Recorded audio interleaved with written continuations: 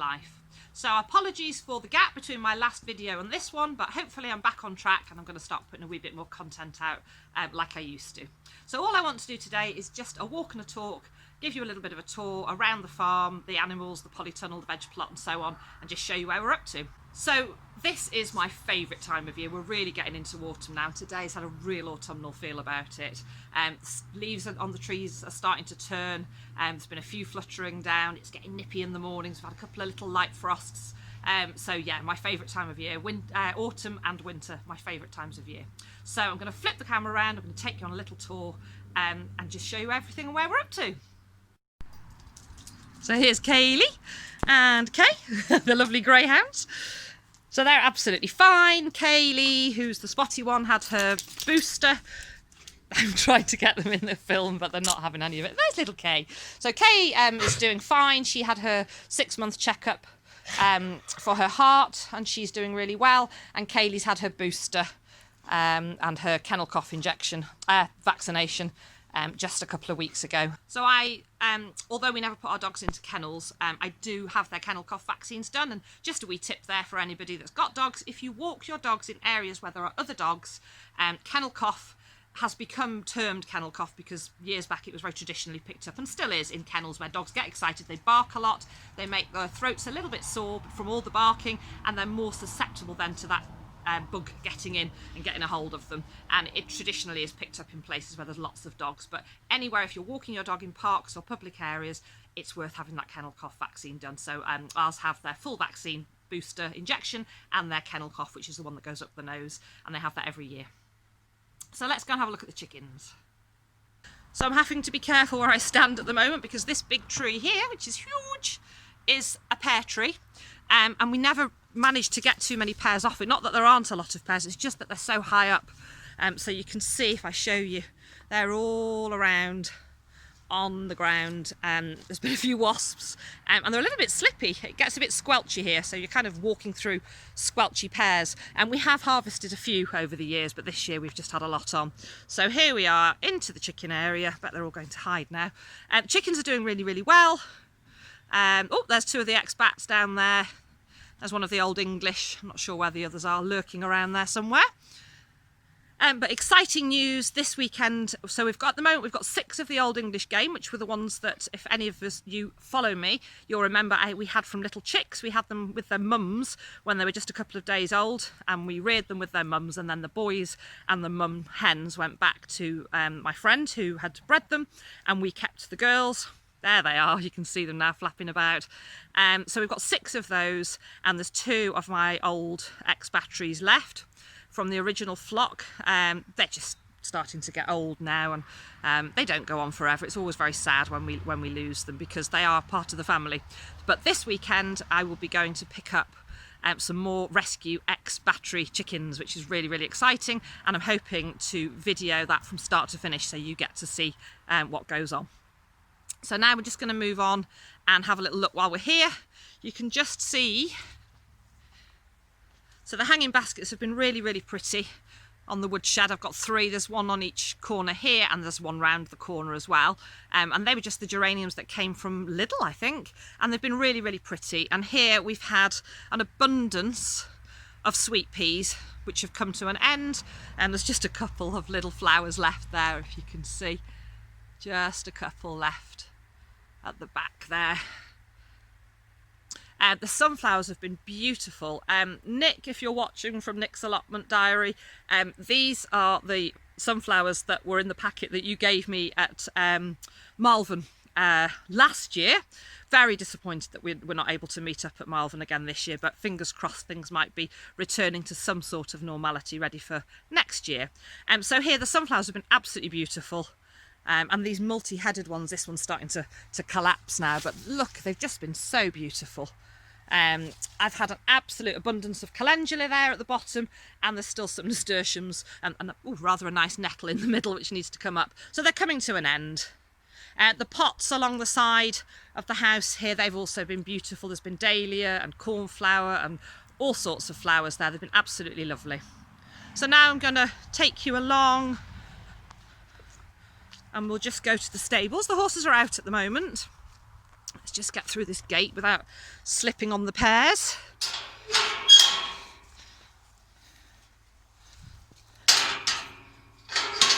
There we go. So I haven't been doing as much with the horses. I haven't been doing much of anything, if I'm honest. Work has been particularly busy. Again, those of you that follow me will know that I'm the principal nurse manager of an out-of-hours emergency veterinary clinic. It has been particularly busy. Let's just turn you around and let you see the view. For various reasons, but also it's been particularly tough because of the COVID, which I'm trying not to dominate things, but it's really hard now, isn't it, not to let it affect us. But working for 15-hour shifts at night while it's been hot in full PPE, which essentially means we have to wear a full-length, floor-length plastic apron, gloves, a mask and a visor, and it's ridiculously hot. And it also, things have just been more time consuming because we've not been able to have the owners coming in with their pets. So rather than a vet and an owner or owners being in a consulting room with their pets, it's meant that I as a nurse have had to take that role of the owner. So things just take a lot longer. Still very rewarding, still love it, but yeah, it's just been a bit tough. So I've got a little bit of time off at the moment, and I thought, oh, there goes a pigeon. I thought it was high time that I had a little catch up. So here we go. Sorry, moving you around a bit quickly. I'm just getting ready now for the colder months with the horses. So as you can see, empty stables at the moment, they're out. I had quite a shock. I have this big tub here, which I store rugs in. It's been such a lovely summer. They haven't had to wear their rugs. I haven't been competing because of COVID. I am hoping to get back out to some competitions. They have started up again. I'm just not quite sure if I'm ready to be in those sorts of areas. That's another story. Because we're a bit isolated here on the farm, I'm just struggling a little bit now in big social situations, and to get out and compete again, I'm going to struggle with. So I'm probably going to save that for the new year, but I've been really enjoying just riding here at home on the farm. So essentially, in this big box here, I keep, there's some travel boots, whole selection of rugs, cooler rugs, cotton rugs, big thick winter rugs like these ones, and these are their lightweights that they start off this time of the year in the autumn. It's just like a shell of a rug, but it keeps the wind and the rain off them. They'll be wearing those at night. I'll probably take them off during the day while it's still warm, and then I'll progress to them wearing them all the time. And then as it gets colder and once they clip, then the thicker rugs go in, and they will also spend a bit more time indoors in their stables just to get them out of the elements. But when I went to go through to get their rugs ready, there was a family of mice living in here. So I've absolutely frightened the living daylights out of them, but to be honest with you, I'm so worried about spiders. I was reaching down in sort of tentatively, and there was a flurry, and of course I shrieked like a typical girl and fled backwards because of the mice. But in fact, I was more worried about spiders, but the mice just gave me a start. So I've just spun the camera around because I'm very aware that it's probably very boring just listening to me drone on and looking into the abyss of a plastic tub. So anyway, essentially, there was mice living in there. So I've got all the rugs out. As you can see, they're all spread out around me. I've given them all a good shake. Fortunately, there weren't any spiders. And tomorrow I'm hoping to get everybody in. I'm going to ride Garth and take that opportunity to start getting rugs on them and just getting them ready for autumn and winter. So here I am standing in front of our grass menage. So for any of you that are particularly interested in the horses or that are new to my channel, we don't have an all-weather surface, but we do have a 20 metre by 40 metre. If I just move the camera around, you can see. Essentially it's just a mowed area, but we keep that mowed and flat. It's marked out with my dressage letters, and this is where I school the horses. So let's carry on down and go and see the pony. You can just see the tractor there in the background. I'm not very good with this. There we go. There it is. You can just see the tractor if I move my finger. There. And Chris has been doing a lot of work on it because it's not been working this summer, which is why the fields haven't been topped, so they look a bit untidy. We normally get them topped and take the tops off, help to knock down any weeds and just to stop it getting too tangly. But we've not been able to do so much this year. But hopefully by the end of the next couple of weeks, that'll be up and running again. So again, just for anybody that might be interested in the horse element of this, that's my very expensive mounting block, which you can see there. It's just an old step ladder that I used for getting on and off.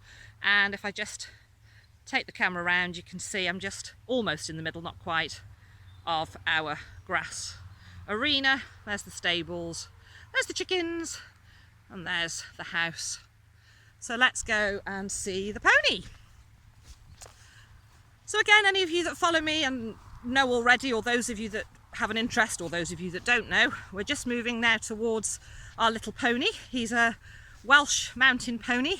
He spent the first years of his life up actually in the Welsh mountains, and once a year they bring them down, and anything that's poor or not doing so well, they actually have a sale, and a few of them are sold. He went through several homes before we found him.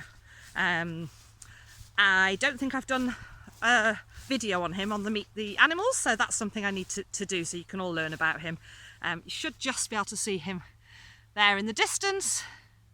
Hey little man! Hello!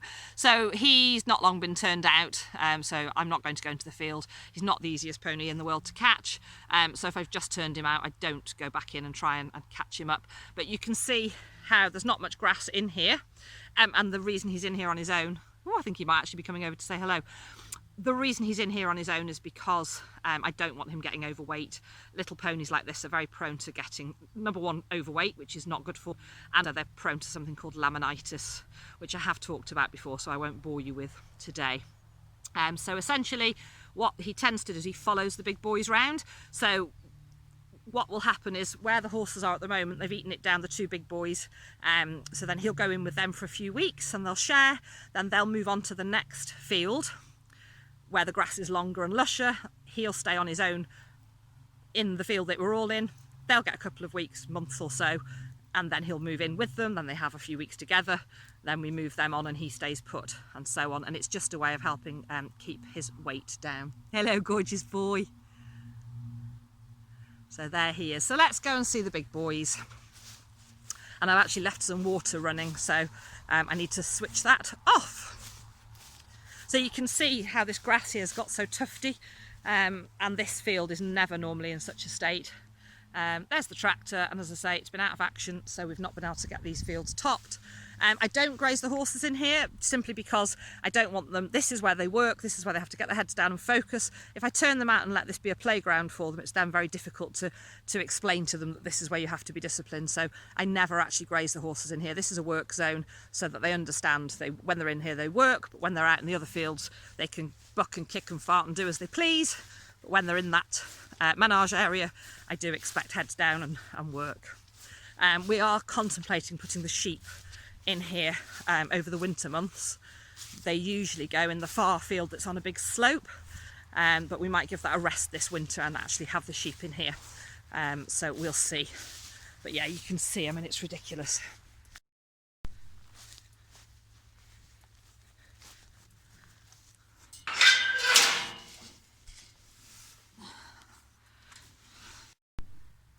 So there's the greyhounds. You could probably just see them by the house. And let's move across the field. Now, I've already been over to see the big boys, so I'm not sure where they'll be now. Once they've been and touched base and said hi to me, they usually wander off. But I'm just going to turn the tap off because I've been filling up their water. It's a slow one to fill this. So I'll often switch it on and go and do something else. So they're hiding, they're camera shy. We'll go and find them in a minute.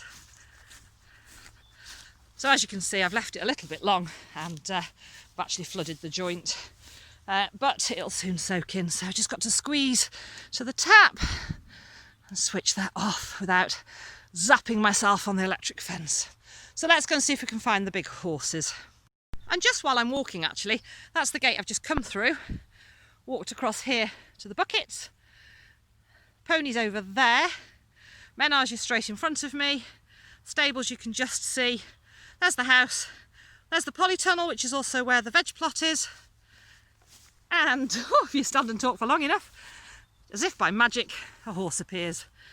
So that's Fish, our thoroughbred, and somewhere hiding is the main man. So I'm just going to get through the gate and go and see if we can find him. And just as we were walking along in the front field there's 3 of the sheep. I can see the other 2. I'll spin the camera around. Hello, fish. So there's 3 of our Wiltshire Horn ewes, and there's 2 of the other ewes. For those of you that follow me, I haven't made a video on this, but some of you follow me on social media, so you'll be aware we very sadly lost our Larry the lamb, who wasn't so much of a lamb but a ram. We'd had him for a year and a half. Yeah, he was suddenly very poorly. Unfortunately, he didn't make it. So I'm not going to talk too much about that because I'll just get emotional. So let's go through this next gate and say hi to the big boys. And as we're passing, we'll say hi to the sheep. Hello, sheep. So Fish, let's close this gate, is walking with purpose. He's camouflaged himself there against the trees. So we'll go and say hi to him and see if we can find, I think I know where Garth will be hiding. Fish, you've got a mouthful of food. Hello, handsome. Hi. There he is. Hello, my lovely boy. There he goes. Handsome dude. This is a lovely, as I say, lovely autumnal day. We've got some smashing trees here on the farm. That big oak, absolutely love it. We've got a few oaks.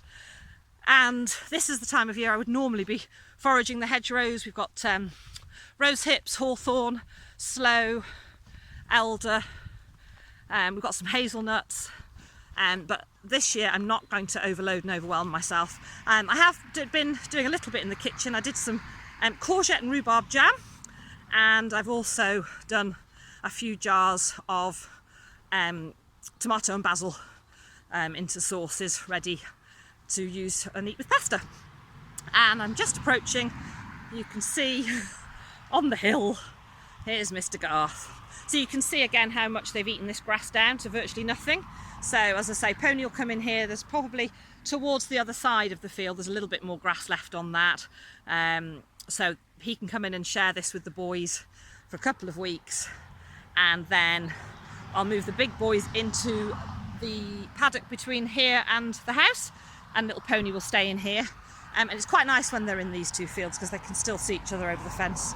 So here he is, making himself look like a donkey, standing with his bottom up the hill and his head down the hill. Hello, Mr. Garth, you going to come and say hello? Hey, handsome. He's not too busy eating. So he really is making himself look most unlike a dressage horse and most like a donkey on the beach. So let's go down. Hello, my lovely boy. Hello, gorgeous. There he is, not even lifting his head up. So he's looking a bit fluffy. His mane could do with a good pull because he's not been competing, so I've not been keeping him as tidy as I would for competing. Normally, let's move the camera around. You can see at the bottom of his legs he's quite feathery.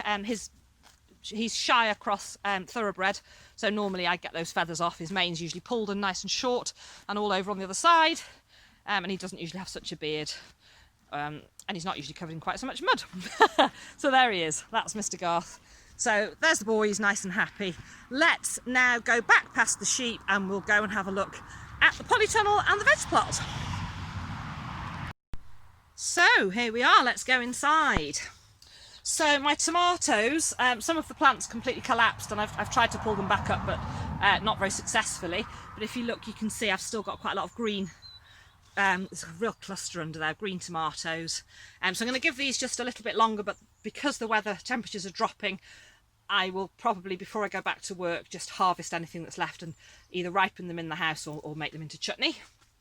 The basil is starting to bolt now, but it still smells beautiful and I'm still taking little bits off that. Used a mass of that basil in with plum and beefsteak tomatoes to make sauces. These runner beans have pretty much had it now. The borlotti, there's still a few on there. I've had masses and masses from here. I will show you, that's the other thing. I've got a few bits and bobs harvested. They're in the barn, so we'll look at those at the end. So then if we just move around here, at the back of this bed there are some leek and some carrots. At the front, all the baskets now are pretty much done. Courgettes here have been an abundance, but at the moment all I seem to be getting, you can see with this one, is this end rot. It's just been a peculiar old season, I'm sure everybody will agree. The cucumbers are pretty much finished, but they've been fantastic. These will be our Christmas dinner parsnips, and there's a gap in the back of that bed. There's a gap at this bed, then there's some carrots. There's a lot of chard, beautiful, beautiful chard. I love the rainbow colours of chard. And then there's these sunflowers, which have just been beautiful, but they are, I'm leaving them until they finish, but they are getting to be past their best now. This was perpetual spinach, but again, it's pretty much had it now, so it's ready for coming out. There was some coriander in here. Again, that's finished. Here we've got the chilli plants, which I could really have done with potting on again or putting into bed. So they've done okay, and we've had a few chilies from them. There's still some coming, but they could have been better, but that was my fault. There's actually some pea plants here that never got planted. There's some chives in the back. I think there's some leek. Yeah, they just ended up left and nothing happened to them. These are my garlic and onion harvest, which are now platted up, and they'll be coming into the house soon. Because it does start to get quite damp in here over the winter months, and also we do have little creatures that can come in, especially over the winter months. So I'm really, really pleased with my harvest. We have actually eaten some, but they're platted up and they'll be taken into the house. Big old tractor rumbling past.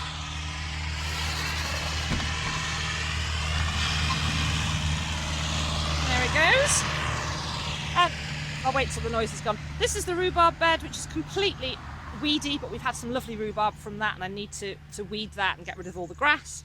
And then here onto my semi-neglected vegetable patch. So these beautiful flowers were in fact radishes, and they're the ones that didn't get harvested and have just gone to seed, but they're really pretty. We've had a mass of the Californian poppies. They've been absolutely beautiful, and some marigold as well, the calendula. Peas were fantastic. We had peas up these two wigwams. Those were last year's leek that I left to flower. Let's come around. And then here, there's a lot of grass. That was rocket that she's gone to flower, those white flowers. There are some tomatoes still on the tomato plants. There were broad beans. I've pretty much had all the broad beans. They were delicious. And if we move around again, love these big pom-poms. They're absolutely fabulous. I'm glad that I let them flower because they've looked really pretty. But the whole thing's gone a little bit out of control with one thing or another. This is the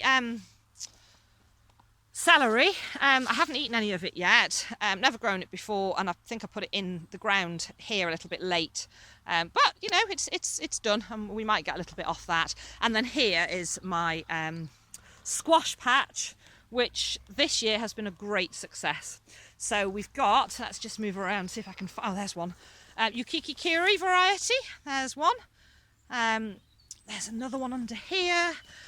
There's another one over there. So absolute abundance of them. I've also, and we've eaten loads as well, they're absolutely delicious, and I am aware that we're getting into frostiness now, so these, I have had bigger ones, but I'll probably, this weekend actually, just harvest everything that's here, rather than lose them. And I'm really, really pleased. The butternut variety, oh, there's another Yukiki Kiri hiding there. I haven't seen a butternut yet. Lots of foliage, this end that I'm standing in now, lots of foliage, still a little bit of flowering, but I haven't actually seen a butternut squash. So I'm not actually gonna pull these up. I will harvest the Yukiki Kiri, and then I'll see if anything develops. I mean, look at this one, it's come out of the bed onto the path, and it's now working its way into the paddock. But yeah, after my disaster, just let me turn you around, bear with me.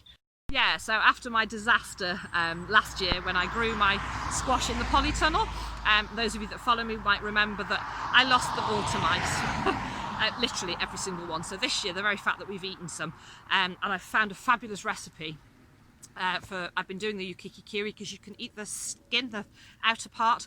So essentially I just wash them, chop them up, take the seeds out, and I've saved some for planting next year. Chop them into good wedges, some melted coconut oil and some maple syrup, all into a bowl, get your hands in, completely cover them, pop them in the oven and roast them, and they're absolutely heavenly. So we've been living off maple roasted squash, and they've been fabulous. So I'm really, really pleased. It's been a funny old year for growing. Let's head back into the polytunnel. Let me just open it up again. Yeah, it's been a funny old year for growing. But all in all, I've had some good harvests, we've had some lovely meals, I've still got a few bits and bobs going, and yeah, I've really enjoyed it, and it is good for the soul. So that's pretty much it. Excuse me, my nose is getting a bit runny. Sniff, sniff. Yeah, that's pretty much it. Thank you so much to those of you that watch. If you're new to my channel, please do consider subscribing and hit that bell to get notifications of my latest videos. I do generally put at least one video out a month, sometimes more, but I've just had a huge amount on over the last couple of months, which I'm not going to go harking on about, some of it to do with my health, but let's not talk about that. I'm in my happy place right now. It's really good to be back. I hope you're all well. I hope you've all had a really good season. I have been watching everybody else, but I've just not really been interacting very much and commenting, but you're all fantastic. You're all so inspirational. You're a great gang. I've missed you all, so it's great to be back.